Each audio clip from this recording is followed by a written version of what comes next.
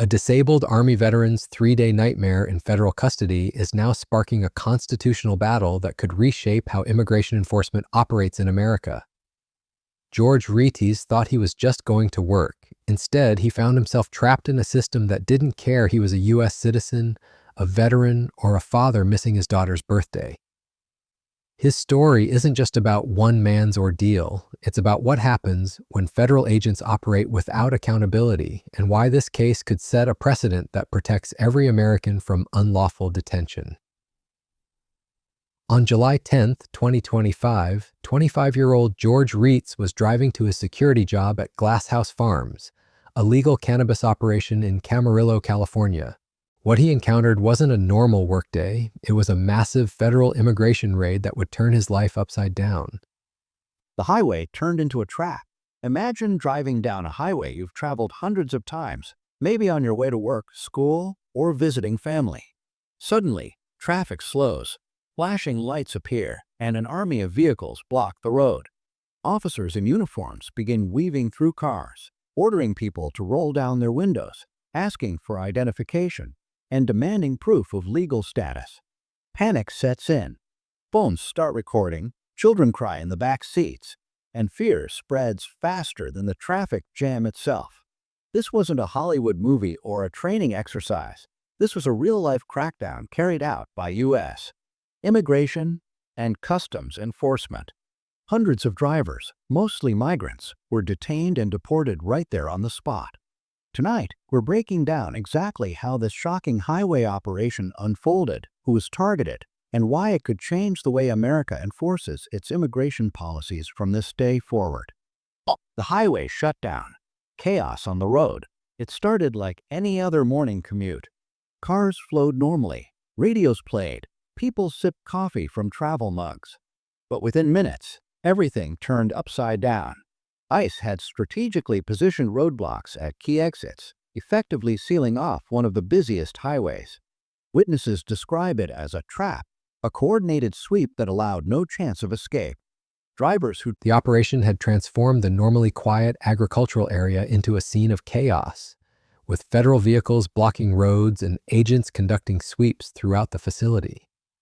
As Retes approached his workplace, he found himself caught between federal agents conducting an enforcement operation and protesters who had gathered to oppose it. The tension in the air was palpable, with community members shouting and agents in tactical gear maintaining perimeters around the farm. George was simply trying to get to his security guard position when he encountered the federal roadblock, along with protesters and observers who had gathered. Not wanting to lose his shift and the income his family depended on, he asked agents to let him through to his workplace. What happened next reveals the terrifying reality of how quickly constitutional rights can disappear in these situations. As tensions escalated between protesters and agents, George's car became engulfed in tear gas that had been deployed to disperse the crowd. Without warning, an officer shattered George's car window with a baton. Another officer immediately pepper sprayed him directly in the face while he was still seated in his vehicle. The violence against him escalated quickly. Multiple agents then dragged George from his car and forced him violently to the ground, despite him offering no resistance. Think about this, guys. This is chaos in our courthouses right here at home.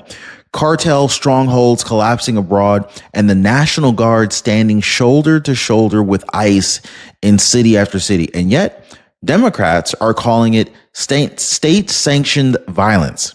Sanctuary states, they're doubling down. Even Congress members of Congress are posting real-time alerts to tip off illegals before ICE arrives. What in the world is wrong with the Democrat lawmakers here, guys? You heard me right, guys. So the big question here tonight is Trump's crackdown the only thing keeping America from collapsing into lawlessness?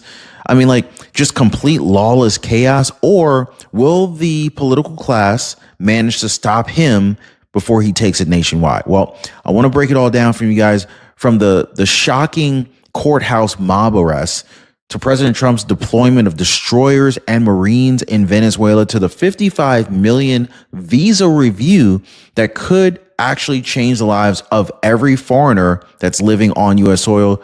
You do not want to miss this. If you appreciate the daily updates, hit the like button and subscribe. All right. You know what I keep hearing? Friends at church comparing notes. Now, one said, I called chapter and I found out that I qualified for extra benefits. Another one says, they helped me keep my doctor. It's becoming the norm in communities across the country, guys. The brutality continued even after he was subdued. One officer pressed a knee into George's neck, restricting his breathing. Another officer simultaneously put their full weight on George's back, even though he was not resisting and was already completely restrained. Think about that for a moment. A U.S. citizen, a veteran who served his country in Iraq, was being subjected to the same tactics that have sparked national outrage in other contexts.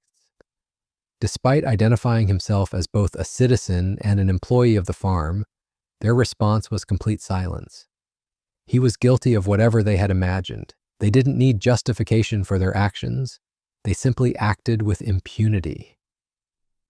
What makes this case particularly disturbing is how the system completely failed at every level. Without ever checking George's identification or verifying his citizenship status, federal agents detained him. They transported him first to a nearby Navy base for initial processing, then to the Metropolitan Detention Center in Los Angeles, where he was held for 3 days and nights without explanation. For 3 days, Retes existed in a legal black hole. No charges filed, no explanation given, no contact with family or attorneys permitted. George pleaded desperately with guards to explain why he was being detained. He told them repeatedly that he didn't want to miss his daughter's 3rd birthday party.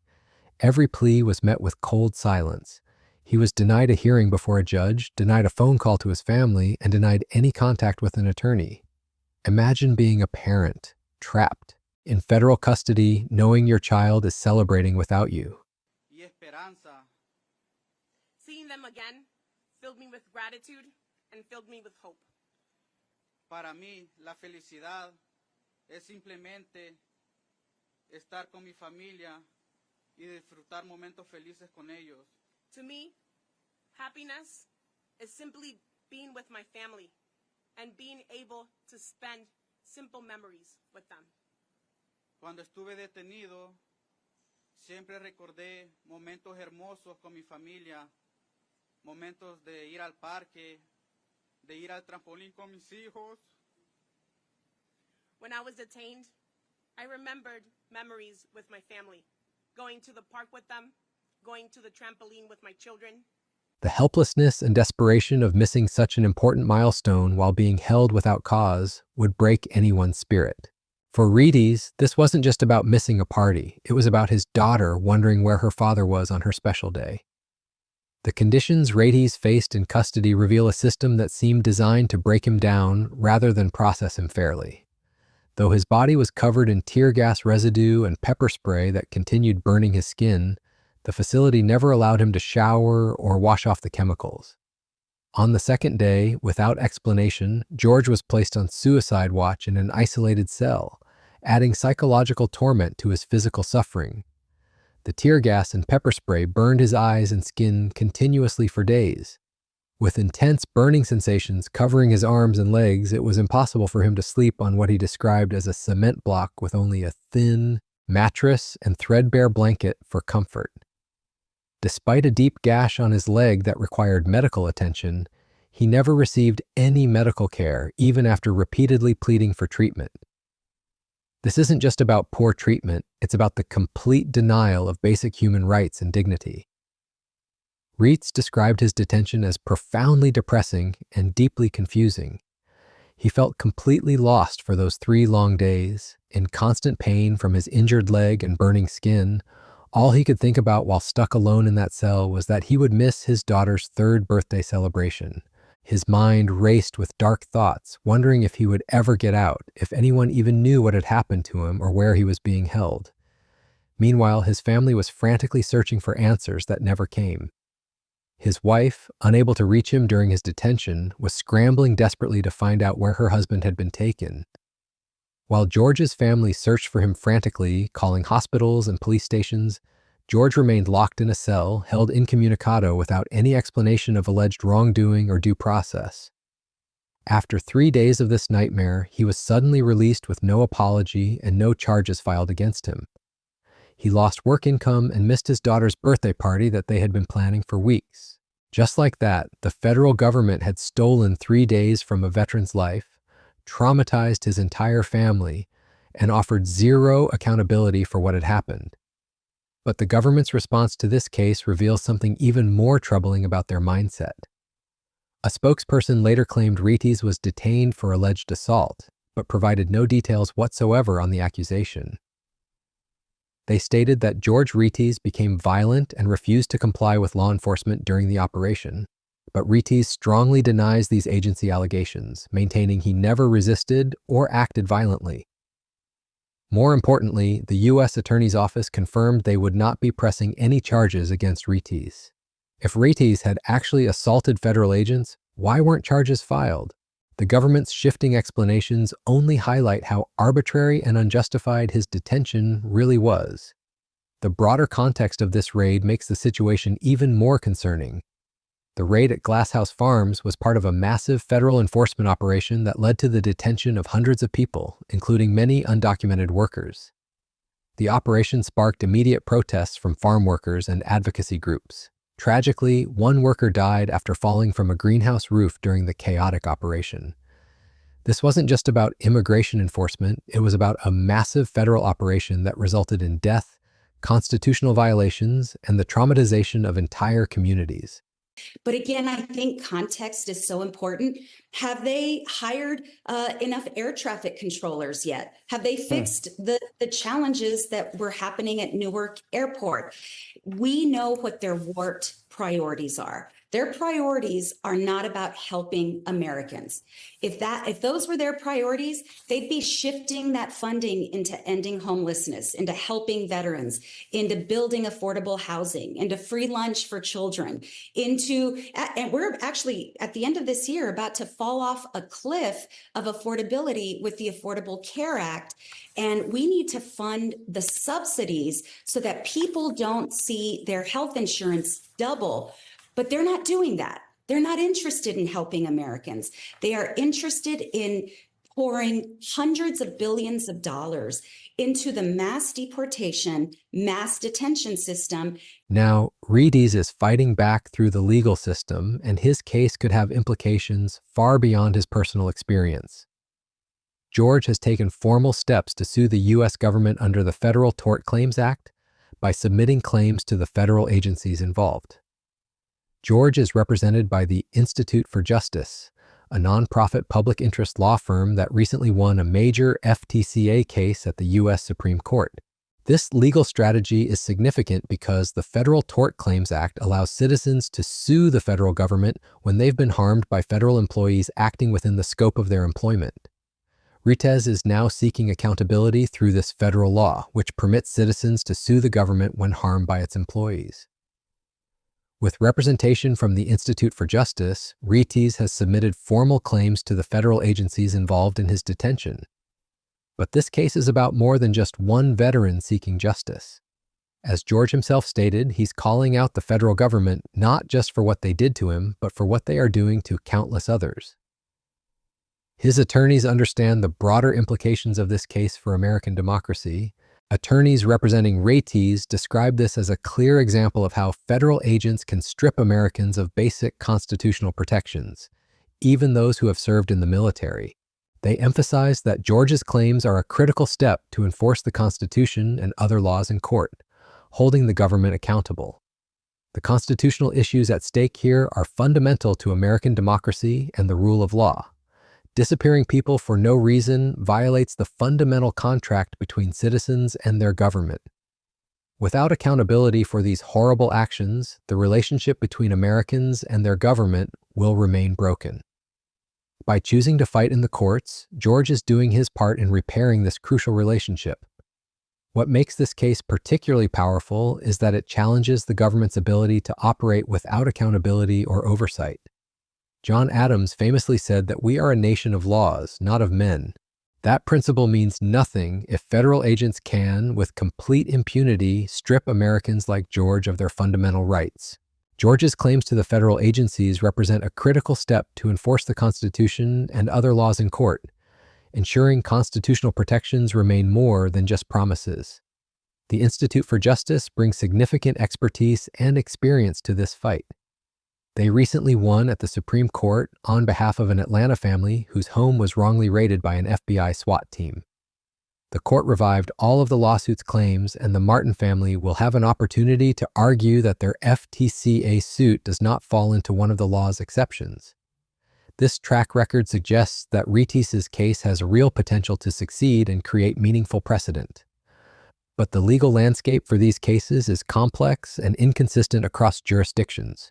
Federal courts across the country interpret the FTCA's various exceptions to liability differently. Similar claims may move forward successfully in one part of the country, but be dismissed entirely in another jurisdiction. This inconsistency means that the outcome of Retes' case could influence how similar cases are handled nationwide. Retes' military service adds another layer to this story that makes the government's actions even more troubling and hypocritical. Retes joined the Army at 18 and served 4 years, including a deployment to Iraq in 2019. He explained his motivation for serving. He joined the service to better himself as a person. He did it because he loves this country deeply. He believes we are one nation, and no matter what, we should stand together.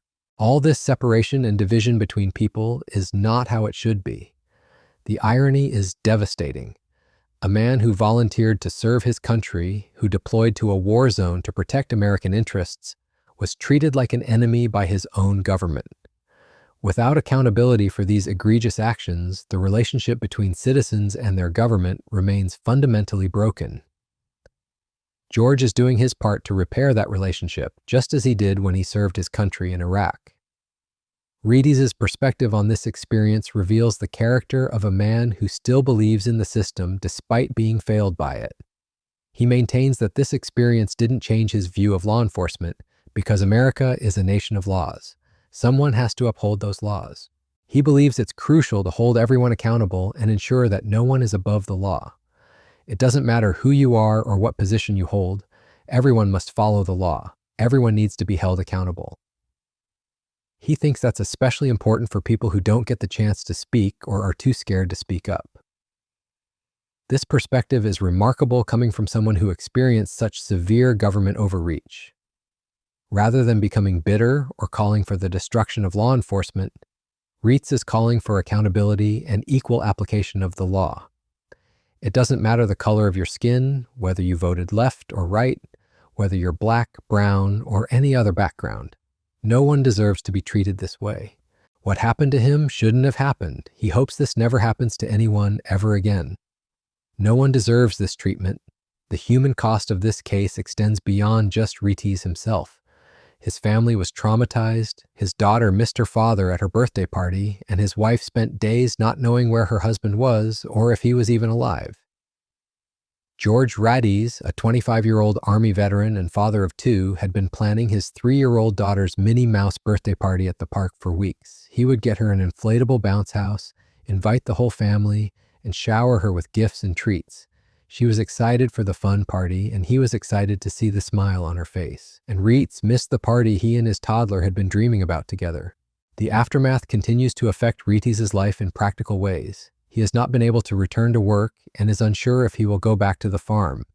His car door remains damaged and dented and still carries the smell of the chemical spray used on the crowd. The government's actions didn't just violate his rights, they damaged his property, cost him his job, and left lasting physical reminders of his trauma. This case represents a critical test of whether the American legal system can provide accountability when federal agents violate citizens' rights. The reality is that billionaires, corporations, and politicians pulling the strings are getting wealthier and even more powerful because of the detention, deportation, and mass incarceration of our neighbors.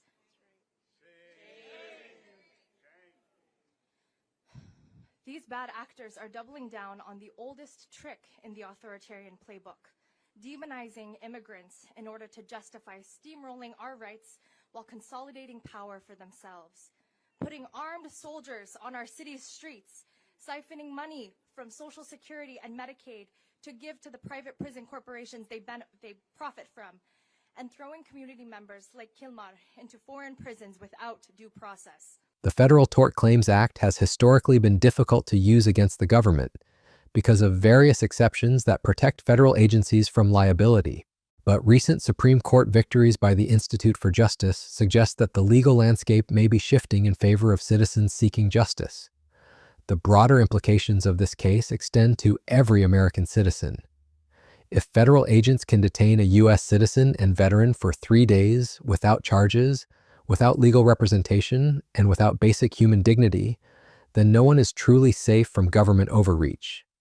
The precedent set by this case could determine whether constitutional protections mean anything when federal agents claim to be conducting enforcement operations. Retes' story also highlights the dangerous intersection of immigration enforcement and constitutional rights. While the government has broad authority to enforce immigration laws, that authority doesn't extend to violating the rights of U.S. citizens. The fact that Retes was caught up in an immigration raid and then treated as if his citizenship was irrelevant reveals how these operations can spiral out of control when there's no accountability. The legal strategy being pursued by the Institute for Justice is designed not just to win compensation for Retes, but to create systemic change. By holding federal agencies accountable through the courts, they're trying to establish that there are real consequences when agents violate citizens' rights. This approach recognizes that without meaningful legal accountability, constitutional protections are just words on paper. What makes this case particularly compelling is that it involves someone who volunteered to serve his country and then was treated as if that service meant nothing. Retes didn't become a victim of government overreach because he was protesting or challenging authority. He was simply trying to go to work. This could happen to anyone, which is exactly why the legal precedent this case could set is so important. The government's changing explanations for Retes' detention also raise serious questions about the truthfulness and competence of federal agents involved in these operations. First, they provided no explanation. Then they claimed he was violent and non-compliant. But if that were true, why weren't charges filed? The inconsistency suggests either incompetence or deliberate deception, neither of which is acceptable when fundamental rights are at stake. Retes' case is moving forward at a time when immigration enforcement has become increasingly aggressive and controversial. The fact that this raid resulted in both a death and the unlawful detention of a U.S. citizen raises serious questions about whether these operations are being conducted with appropriate oversight and respect for constitutional rights. The legal challenge being mounted by Retes could force federal agencies to implement better training and oversight procedures. The Institute for Justice's track record suggests they understand how to win these difficult cases against the federal government. Their recent Supreme Court victory in the FBI raid case shows that even when federal agencies claim broad authority, the courts can still hold them accountable when they violate citizens' rights. The ultimate question this case will answer is whether America is truly a nation of laws that apply equally to everyone, or whether federal agents can operate with impunity when they claim to be enforcing immigration laws. George Retes, a disabled veteran who served his country in Iraq, is now serving his country again by demanding accountability from a government that failed him. His fight isn't just about getting justice for himself, it's about ensuring that what happened to him never happens to another American. In a country founded on the principle that government power must be limited and accountable, Retes' case represents a fundamental test of whether those principles still have meaning when federal agents are involved. The outcome of this case will send a message to federal agencies across the country about whether they can violate citizens' rights without consequence. For George Retes, who spent 3 days in federal custody for the crime of going to work, that message could determine whether his nightmare leads to meaningful change or whether other Americans will face similar violations in the future. His courage in fighting back through the legal system may be the key to ensuring that constitutional protections remain more than just promises on paper.